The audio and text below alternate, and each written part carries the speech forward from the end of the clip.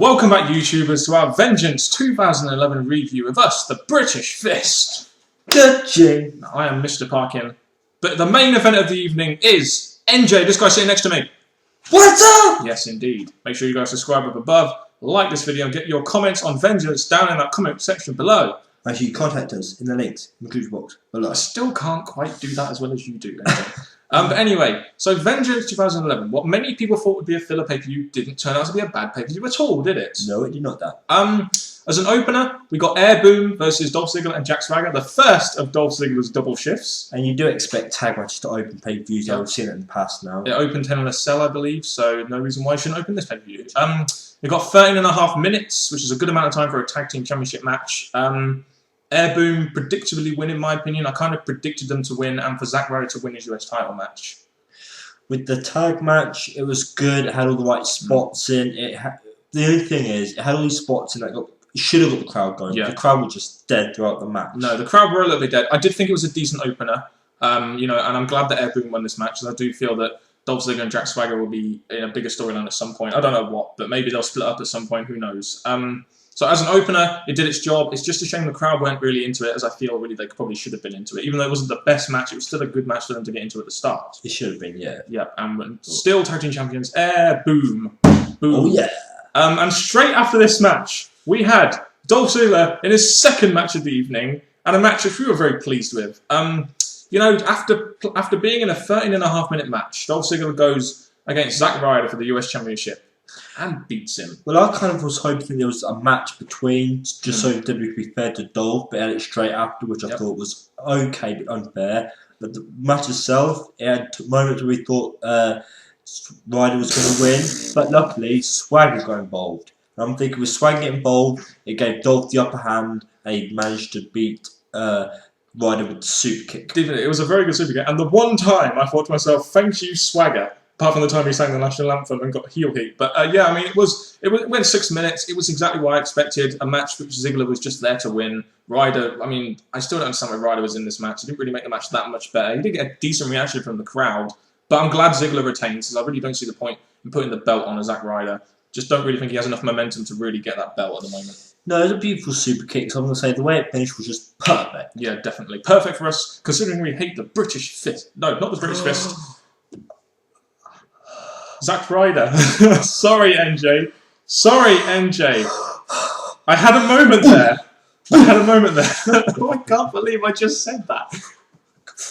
You know. There we go. Right, so we calm down now. Yeah, okay. Because the next match we had Beth Phoenix versus Eve Torres in a match which the British Fist Tea Time segment guys would have loved to have reviewed. And don't forget, guys, they will be on the Raw review for you guys to enjoy their Britishness and tea and suits and Britishness again. Your thoughts on this match? Oh my gosh. Again, from the start, I thought Deeds of Doom, yeah, right. We had Eve Torres dominate throughout the match. Beth Phoenix had a few moments, but she could have done a hell of a lot better to be a Diva of Doom. We had a nice little pre-tape before showing the Divas of Doom attacking Beth and then Eve coming in and breaking it up, which showed why they were banned from ringside. So this match was one-on-one. I didn't think the match was terrible. I just thought Eve was booked really strong in this match. And when you're trying to put across Beth Phoenix as this strong diva, it just doesn't work out, does it? But at least Beth Phoenix won the match in 7 minutes. It got a decent amount of time. It wasn't bad. It's just that Eve was booked way too strong, that's all.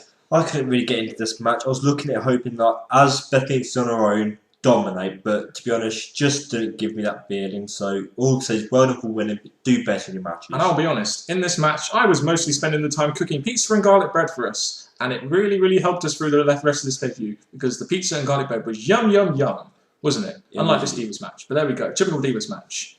Christian versus Sheamus was next up. It opened up which last pay-per-view? Can't remember. Opened up a pay-per-view, I remember that. Yeah. What did you think of this match? I went into it thinking maybe Christian was going to get the win to push Sheamus to wanting another match, maybe at Survivor Series or something. But I'm kind of glad the way it flowed nicely. It could have gone either way. They had Sheamus dominate, Christian having his spots. So I'm glad in the end it came to Sheamus winning. I don't think the match was as good as their opener that they had at a pay-per-view, but I still think it was a decent match. I mean, Christian and Sheamus worked very well together. I don't know, was it me, or did the crowd not really react to Sheamus as much as I thought they would? And I think to myself, if they're going to build him as this next big baby face, the crowd really does need to react to this guy. And I just didn't feel the reaction tonight. I don't know whether it was just the crowd or whether it was the in-ring work. But I did feel the match was very good. I mean, I enjoyed the match. It wasn't as good as as I thought it would be, but still decent. And the right guy gets the win after he bro kicks Christian when he's just about to hit the spear! Spear! No, I'm not doing Sandman. I'm trying to do spear, all right? Final thoughts? Again, I'm going to say well done, Sheamus. It's left an opening. Well, it looks like it's finished now because Sheamus is finished, but I think they're going to continue somehow. And Christian doing what World Heavyweight, ex-World Heavyweight Champions should do, lower themselves down the card and help another guy get into that spot, which is exactly what Christian's trying to do for Sheamus, as I believe he will be the Heavyweight Champion in a couple of months' time. But anyway, let's get to the next match, which was tag team action. Yes, two tag team matches on this card. Well done, WWE. It was Miz and R-Truth, Awesome Truth, versus Triple H and CM Punk. And before this match even started, we had a great video package, didn't we? Really going through everything that happened. It was quite a long video package, but it really explained a series of events between Triple H getting COO and this, walkout, didn't it? It did, and I think the video package, even though we've already seen what happened, it was good to relive those moments ready for the match. Yeah, and the match itself went 15 minutes. I thought this was a well-worked match. I kind of expected it, with Miz and Truth being great athletes and great workers that they are, and CM Punk and Triple H also being great workers in the ring. I thought this match delivered quite well, and I really did enjoy it all the way through. I feel the same. They all had great moments, all great spots. Yeah, Triple H and CM Punk looking good like they normally do. Awesome Truth having their moments to have their power and their upbringing of their tag team against the two big guys. I just thought it was nicely done. Yeah, and Miz and Truth kind of remind me a little bit of Legacy and how well they did against Generation X at SummerSlam in 2008, I believe.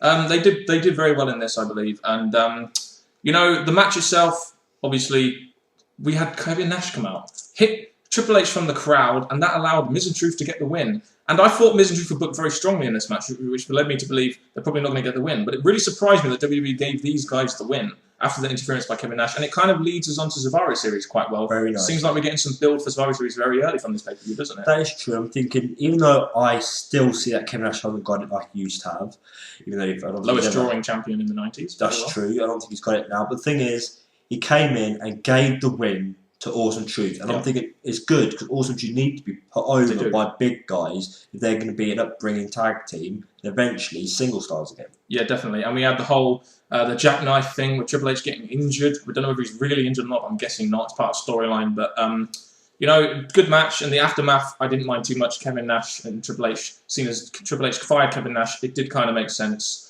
And Miz and Truth got the win, so I'm pretty happy with this segment. I thought it was very good, probably the match of the night, in my opinion. It's very true. I do believe that this is the match of the night. Yep. It had the whole pairing up of the heel team versus the face team, so this is all lead, like you said at the beginning, to a Survivor Series match. Yep, and Triple H and Punk also got a very good reaction as well. Learn good. From that, youngsters. Orton versus Cody Rhodes was next, and you know what? My Cody Rhodes Markton was in full force for this match, NJ. This match I thought was good. I think it could have got maybe a little bit more time, but as expected, as the title wasn't on the line, Orton got the win. And it was a good match because it really showed Cody Rhodes could really take Orton to the limit because he actually managed to hit the crossroads even though he kicked out. So for me, it was one of those matches that was good, but didn't make Cody Rhodes look weak. It made Cody Rhodes look good in defeat. While I was watching this match, I saw moments of Cody Rhodes not dominating Orton, but he had these quick moves to do a move and keep Orton down. He was quick moving action like that. Of course, you have Orton, who's this sly, smart guy who managed to get his way around the ring and around the bagmen before finishing off Cody Rhodes. Indeed, we had the bagmen interfering a little bit, didn't we? But yeah, Rhodes was booked a lot stronger in this match than I expected, so obviously being a Rhodes mark, I kind of like that. As much as I felt we could have got more time, I still thought it was a decent match. And I really do look forward to seeing what they could do for the IC belt. And I do love a good mid-card feud. So, let's hope this really does go to promote Rhodes like it really should do as a future possible main eventer. That's very true, I think. Because the way they did it is left it open for them to face each other again. Because it's going to continue because of how well they put on a good match. WWE would have noticed that, and I think they're going to continue with that. Big Show versus Mark Henry for the World Heavyweight Championship. We got a nice little video package again. I do like the way WWE do their video packages. It really does help the build going into the match, doesn't it? With Mark Henry's domination and Big Show's return injury, etc. Well, with this one, I really wasn't expecting a hell of a lot because they've made Big Show one bit of a crybaby. Then this dominant guy who took out both champions. I thought, wow, you've made Big Show look like a huge force going into this match. Mark Henry got one punch and he was down. So he was going a bit weak, but I did look forward to this. I believe this is kind of like Big Mark Henry's first sort of big obstacle as champion, which is all right for me because they kind of need to solidify him. And having a guy like Big Show going up against him really does help him solidify himself as a champion, I feel. This match, as we expected, was very slow. I didn't mind that too much, though, because we know guys like Big Show and Mark Henry, I'm going to put on the fast-paced technical match, which ROH bots love. No, but I did like about this. It's been seen before, but they all slammed each other in different ways. I just thought that was nicely done, shows their strength and dominance ready for the last bit of the match. And the big slam at the end. The superplex, Brock Lesnar Big Show style, but this time it was Mark Henry Big Show style. The superplex, that broke the ring. And I will be honest with you, NJ, you saw me. I marked the fuck out because I enjoyed this and it really added so much to the match, which, was going quite slow. Two bigger guys and the ring broke. I know they're reliving off old things, but it was still a good moment at the pay-per-view, wasn't it? It was indeed. But when I looked at this, when I saw Big Show go to the top rope, the first image came to mind with the list. I thought, have they forgot what happened last time? And they've got one match left. Have they forgotten? But no, it was nicely done. It collapsed and then continued on to the main event. Yeah, so there was a no contest. Big Show gets stretched out. Mark Henry walks out, which kind of shows to me they might take Big Show off TV again, and Mark Henry will still continue as the champion for his next challenger, which may be Kane, for all we know. So all in all, it was an effective match. It didn't have a conclusive ending, which showed me it might continue, but also the way it was done showed me that it could end too. I think it was nicely done. You had Mark Henry retain his title, so I thought that was the main thing of this match. Even though it had that great spot, the main thing was Mark Henry retaining. Definitely so. Then we get to our main event. John Cena versus Alberto Del Rio in a last man standing match for the WWE title. And going into this match, you don't really expect John Cena to stay down for a 10 count. No, exactly. But the ring, you didn't expect the ring to stay down for a 10 count, but it sure did, didn't it? Because the ring was broke throughout this match, so they had to work a match without a proper ring. So I've got to give Del Rio and Cena a bit of credit for that. And Laurinaitis pleased himself. I mean, pleased you guys. Pleased you guys, of course. Yeah, by letting the match continue. Yeah, exactly. The first 15 minutes of this match wasn't too much. There wasn't too much last man standing elements in this, but it's still decent wrestling. And the last 10 minutes of it was last man standing stuff, wasn't it? They went backstage and had table spots and chucking stuff on each other's spots. Ooh, the backstage moments were the highlights because a lot happened there. We thought, has John Cena got this? Has Del Rio got this? Is John Cena going to stay down?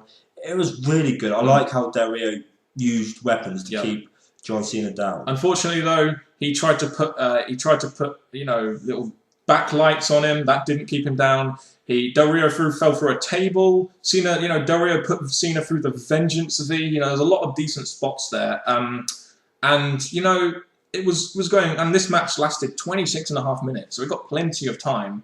And then we got to that point, and then who comes in and interferes? Well, after good spots, I did think this could be a perfect time for Bros Clay, like I said in the predictions, for one match. But no, luckily instead, we got someone that's two people that got a lot better than Bros Clay. That's Awesome Truth. Awesome Truth come out and beat on John Cena. Cena still gets up, though. Don't get me wrong, Cena still gets up. He doesn't want to do a job for them guys. But then Del Rio hits Cena with the belt, and Del Rio wins. And I'm sitting there thinking, I don't care how he does it. As long as he wins, I'm not too bothered. Because now Cena and Orton are both out of the title picture, which means that the future for WWE, in my opinion, is going to be very good.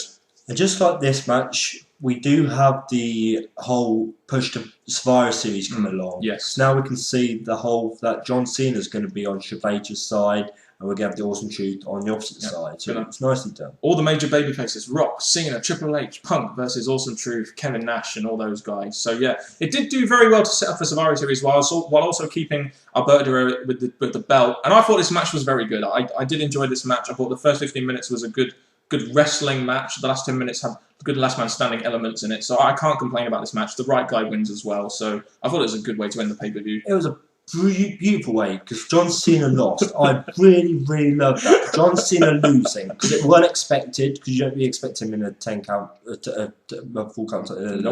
No. So for him to stay down, very nicely done. Thanks, WWE. Yeah, definitely. Good way to end the pay-per-view. Cena losing. So, NJ, after all that, what are your overall thoughts on this pay-per-view then? It was definitely a good pay-per-view, better than what I thought, but WWE were good at that, making us think it's going to be a pay-per-view and it'll get a lot better, like in the cell. What I'm going to say now is that it was a pay-per-view that I enjoyed it. Every match had something I liked about it, and it definitely built up to the next pay-per-view, which they should be doing. Definitely. It definitely did help the Survivor Series build. I thought each match, there was maybe one or two exceptions that didn't, that underwhelmed me a little bit. Most matches were very good. I felt the right people won throughout. The match of the night, you know, we had just Cena and Del Rio, and the tag match were both very good, in my opinion. The card was also very well structured, I feel, as well, which really helped the flow of the show. And overall, all the right guys winning and stuff. For a filler pay-per-view, this definitely exceeded my expectations, especially going to the Survivor Series. I'm really tempted to give this a B minus, because I did think it was a very solid show. I really did. And my grade, because the way it went and the build of Survivor Series, I'm going to give it a strong B. Oh, there we go then. Very strong. B minus, B. Strong grades from us, the British Fist. Make sure you guys get your comments on Vengeance down in that comment section below. And please ignore what I said earlier. You know I don't hate the British Fist, for I am part of the British Fist. Me and NJ. British Fist. Do you forgive me? I do forgive you. Thank you. But anyway, guys, thank you for tuning into our Vengeance video. Please subscribe, like our video, and leave your comment in the comment section below. And that's been it from Mr. Parkin and NJ. Goodbye.